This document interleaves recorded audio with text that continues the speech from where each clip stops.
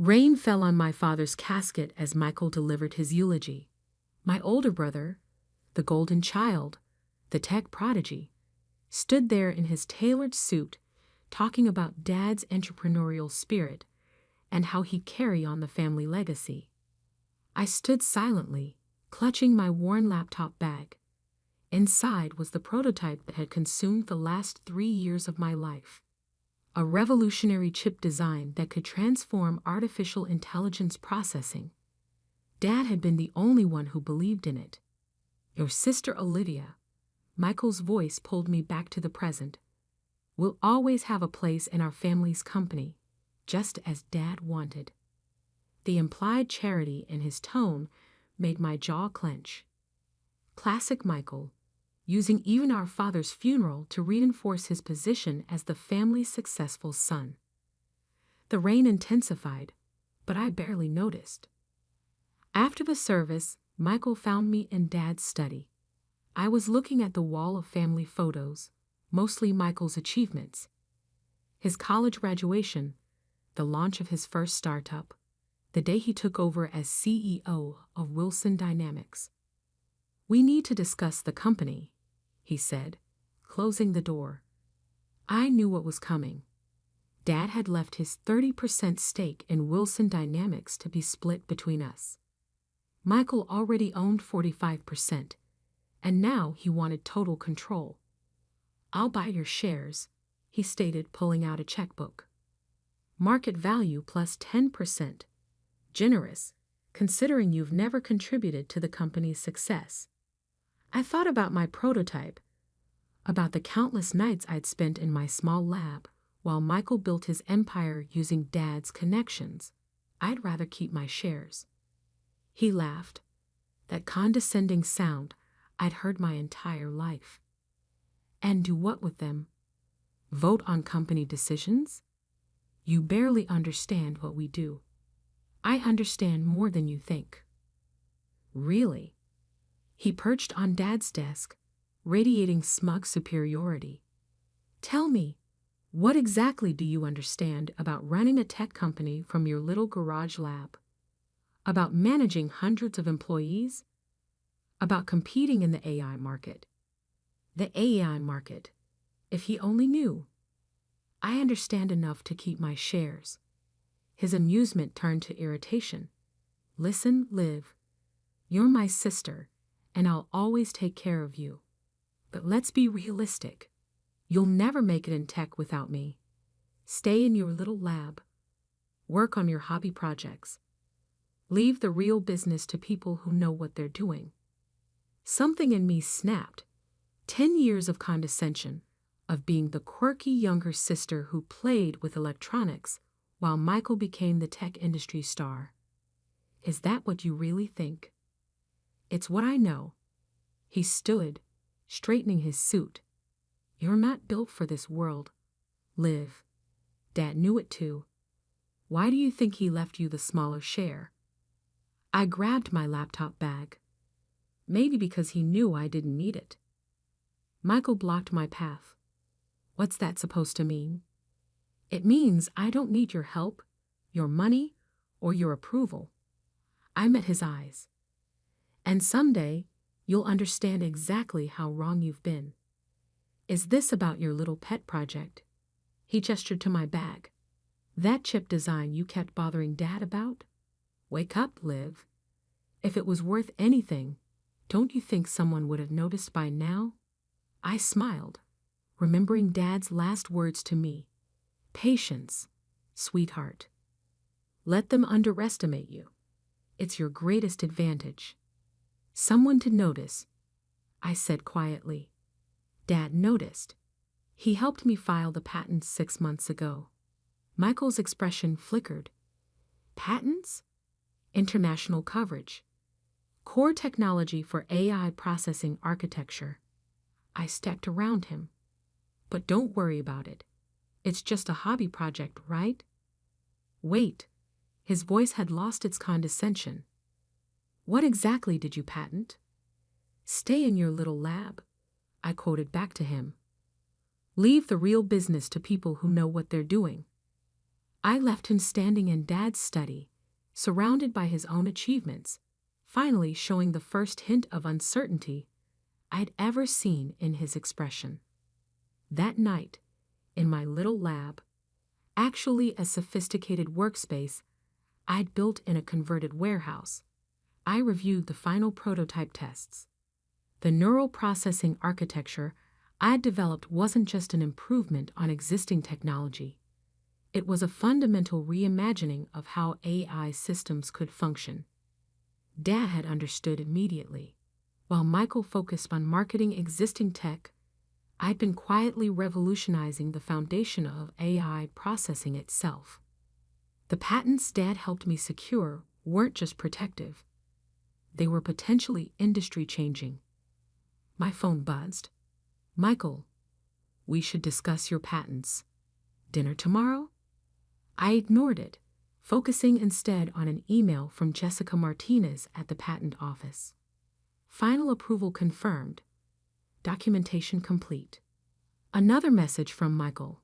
"Whatever you're planning, remember who has the resources to actually bring products to market."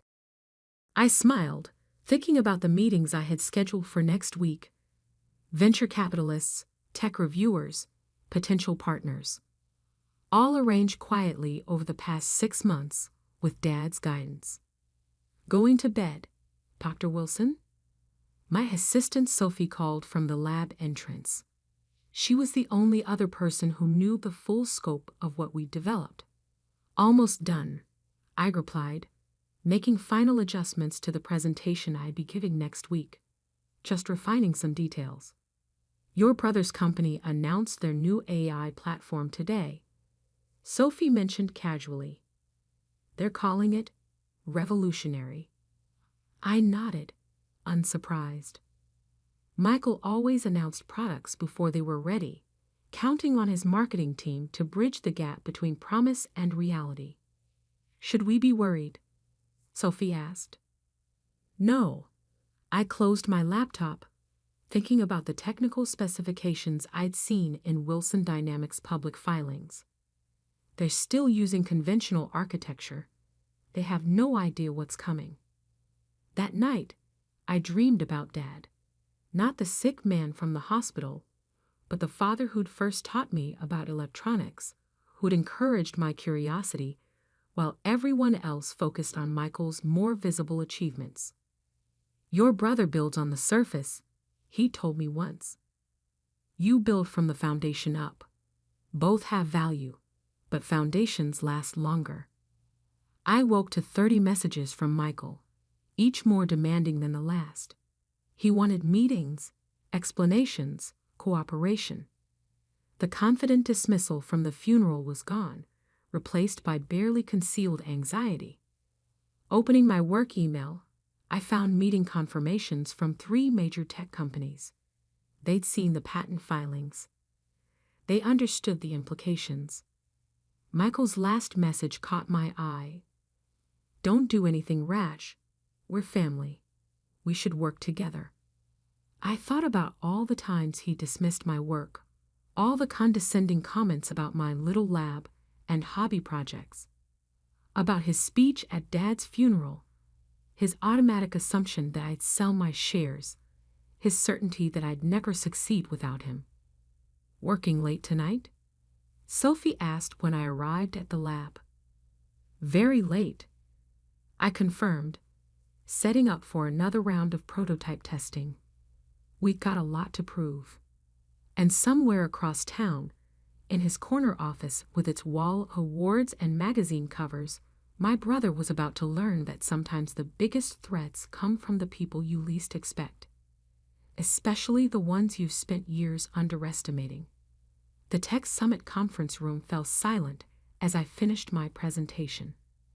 Hundreds of industry executives, engineers, and investors stared at the performance metrics displayed on the giant screen behind me. These numbers, a senior engineer from Google spoke first. "They're verified, independently tested at 3 different labs," I confirmed, advancing to the next slide. "The neural processing architecture achieves 400% better performance while using 60% less power. The room erupted in murmurs. My phone buzzed in my pocket, probably another message from Michael. He'd sent 43 in the past 2 days, each more desperate than the last. Dr. Wilson called out Janet Chen, a prominent venture capitalist. "What's your timeline for commercial implementation?" "We have working prototypes now," I replied, nodding to Sophie, who unveiled the sleek black processing unit. Full-scale production could begin within 6 months. More murmurs. Everyone in the room understood what this meant. The AI processor market was worth billions, and I'd just demonstrated technology that made current solutions obsolete, including my brother's entire product line. After the presentation, I was surrounded by executives offering partnerships, investors promising blank checks, and engineers asking technical questions. In the corner, I spotted Wilson Dynamics' Chief Technology Officer frantically typing on his phone. "Dr. Wilson," a quiet voice cut through the crowd. Marcus Zhang, CEO of Silicon Dynamics, extended his hand. "We should talk privately." 20 minutes later, in a secluded meeting room, Marcus got straight to the point. "Name your price. The technology isn't for sale." He smiled.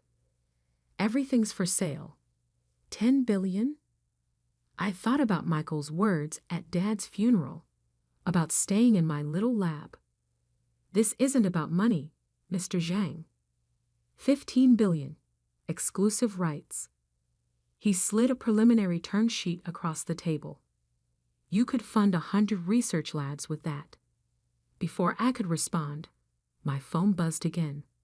"Michael, your presentation is trending on tech Twitter. Call me immediately." "Excuse me," I told Marcus, "but I have other meetings scheduled, though I appreciate the offer." His smile faded. "Wilson Dynamics will be calling next. Your brother is probably very busy right now." Indeed, Michael was busy. His company's stock had dropped 18% since my presentation, as analysts digested the implications of my technology. Wilson Dynamics' much-hyped new AI platform, scheduled to launch next quarter, was now effectively obsolete before release. Sophie met me outside the conference center. "Your brother's here." "Here?" "In the lobby, with his entire executive team." I checked my phone. 67 missed calls, 112 messages, emails from Wilson Dynamics board members. "Should we use the back exit?" Sophie asked. "No." I straightened my jacket. Time to face this head-on. Michael stood as I entered the lobby, his usual corporate polish showing cracks. His CTO hovered nearby, clutching a tablet full of my technical specifications. "We need to talk," Michael said, trying to sound authoritative, but missing by a mile. "I'm quite busy." "Damn it, live." His composure cracked. "Do you have any idea what you've done? Our stock is in free fall. Partners are calling about contract revisions. All because you couldn't. All because I couldn't what?" I cut in. "Succeed without you? Stay in my little lab? Leave the real business to people who know what they're doing." His face flushed. The executive team shifted uncomfortably. "The patents," his CTO interjected. "They're fundamental. We can't work around them. Every approach we've tried uses my architecture as a foundation." I finished. "Yes, I know." Michael stepped closer, lowering his voice. "What do you want?" "Want to license the patents, to sell them, to," he swallowed, "partner with Wilson Dynamics." I thought about the wall of his achievements in Dad's study, about a lifetime of condescension and dismissal. "I have a meeting with Intel in 20 minutes. I said, checking my watch. Their CEO flew in personally. Intel? Michael's voice cracked. Liv, we're family. You can't. Family? I laughed. Now we're family. Not when you tried to buy my shares for pennies. Not when you mocked my work. Not when you used Dad's funeral to emphasize my supposed inadequacies. His executive team was openly staring now, seeing their invincible CEO stripped of his arrogance. At least talk to our board, he pleaded. They're meeting emergency session tomorrow. Can't. I'm having lunch with Apple's acquisition team. I started walking toward the elevator. Though I heard Silicon Dynamics made an interesting offer. Michael grabbed my arm. You would sell to our biggest competitor. I haven't decided to sell to anyone. I pulled free. But isn't this what you wanted? For me to learn about real business. The elevator arrived with a soft chime. Sophie held the door as I stepped in. Liv, please. Michael's voice had lost all its corporate authority. Everything I've built was built on assumptions. I finished as the doors began to close. About me, about my work, about who gets to decide what success looks like. The last thing I saw was my brother's face, a mix of desperation and dawning comprehension that his dismissive little sister now held the power to reshape the entire industry. The next week was a blur of meetings, demonstrations, and increasingly dramatic offers. Wilson Dynamics stock continued to fall as more technical details emerged. Analysts called my architecture a paradigm shift. Competitors circled my brother's company like sharks scenting blood. Your brother's board called again, Sophie reported one evening as I reviewed licensing proposals. They're discussing removing him as CEO. I nodded, unsurprised. Michael had staked everything on his AI platform launch. Now it was worthless before it even hit the market. There's also this. She handed me a magazine. The cover showed Michael and me at Dad's funeral. Him at the podium, me in the rain. The headline read, Silicon Valley's biggest upset. How Wilson Dynamics missed the future in their own family. They want to know your next move, Sophie added. Everyone's waiting. I looked at the prototype humming quietly on my workbench. Dad had been right.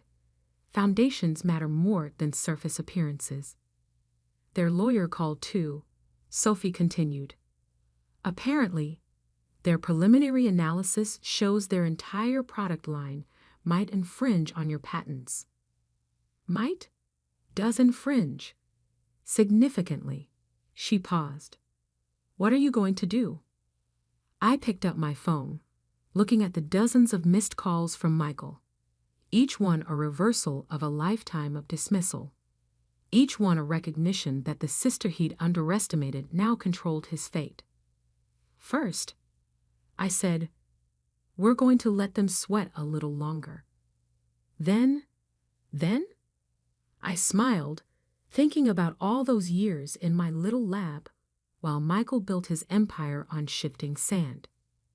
Then we're going to teach some people a very expensive lesson about underestimating the wrong person. Because sometimes success isn't about proving people wrong. It's about waiting until proving them wrong hurts the most. The Wilson Dynamics boardroom looked exactly as I remembered it from childhood visits with Dad, all mahogany and leather, designed to intimidate. But today, sitting at the head of the table, while the board members waited nervously for me to speak, the room felt different. Maybe because my brother's usual seat was empty. The patent infringement is comprehensive. Wilson Dynamics chief counsel explained, sliding a thick document across the table. Our entire AI processing architecture relies on technology Dr. Wilson patented. Dr. Wilson, not Michael's sister or Ms. Wilson anymore. Amazing what a few $1 billion in market capitalization could do for one's professional courtesy. To be clear, another board member spoke up. Without a licensing agreement, we can't ship any products. We'd lose every contract. The company would collapse. I finished. Yes, I know. The room fell silent. Through the floor-to-ceiling windows, I could see Michael pacing in his office across the courtyard. He hadn't been invited to this meeting, a fact that must have been killing him. We're prepared to offer significant compensation, the board chairman began. Full market value plus. I've already received better offers, I interrupted. Silicon Dynamics offered $15 billion for exclusive rights. Intel topped that yesterday. Apple called this morning. More silence. The chairman's face had gone pale. But you haven't accepted any offers, the CFO observed carefully. No. Because? I stood, walking to the windows. Michael had stopped pacing, staring directly at the boardroom. Even from this distance, I could feel the weight of his gaze. Do you know what my brother said to me at our father's funeral? I turned back to the board. He said I'd never make it in tech without him, that I should stay in my little lab and leave the real business to people who know what they're doing. The board members shifted uncomfortably. They'd all been there that day, watching Michael dismiss me in front of everyone. Here's my offer, I continued. Wilson Dynamics gets a non-exclusive license to my patent portfolio. You pay market rate royalties, just like everyone else will. No special treatment, no family discounts. But I'm not finished. I held up my hand. The license is contingent on some management changes. Michael steps down as CEO. Immediately, the chairman leaned forward. You want to take over? No, I smiled. I want him to learn the same lesson Dad taught me. Success isn't about titles or corner offices. It's about understanding what you actually contribute and who would run the company.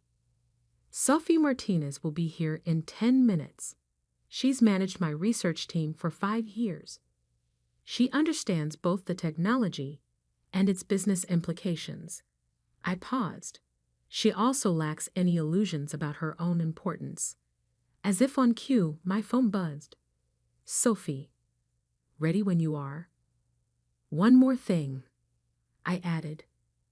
The company establishes a new R&D division. Real research, not just product development. And it operates independently, without interference from marketing or sales. You want to run it? The chairman asked. No, I want to choose who runs it, and I want it named after Dad. I met each board member's eyes. He always believed in building foundations, not just selling promises. The chairman glanced at the stock ticker displayed on the wall. Wilson Dynamics down 40% since my patent announcement. How long do we have to decide? Intel's offer expires at midnight. I gathered my papers. I suggest you choose quickly. Walking out, I stopped at Michael's office. He sat behind his desk, all his usual confident energy replaced by defeated stillness. The board's voting now, I said from the doorway, to accept your terms. His voice was hollow, to replace me, to save the company you nearly destroyed with your arrogance. He looked up sharply. I built this company. No, I cut in. Dad built this company. You inherited it and coasted on his reputation while ignoring actual innovation. How long since your R&D team developed anything genuinely new? His silence was answer enough. You know what your problem is, Michael. You've spent so long being the star that you forgot how to recognize real talent, even when it was right in front of you. In my defense, he managed a weak smile. You hid it pretty well in that little lab of yours. No, You just never bothered to look. I turned to leave, then stopped. By the way, Sophie's taking over as CEO. Try to learn something from her. She understands what you never did. That true leadership is about building things, not just taking credit for them. And what will you do? He asked. Take Silicon Dynamics' offer? I'm launching my own company. The patents will be licensed to anyone who can actually use them to build something worthwhile. I met his eyes. Even Wilson Dynamics, under its new leadership. Liv, he called as I reached the door. I was wrong. About you. About everything. I know. I smiled slightly. The question is, what are you going to do with that knowledge? The next month transformed the tech industry. My architecture became the new standard for AI processing.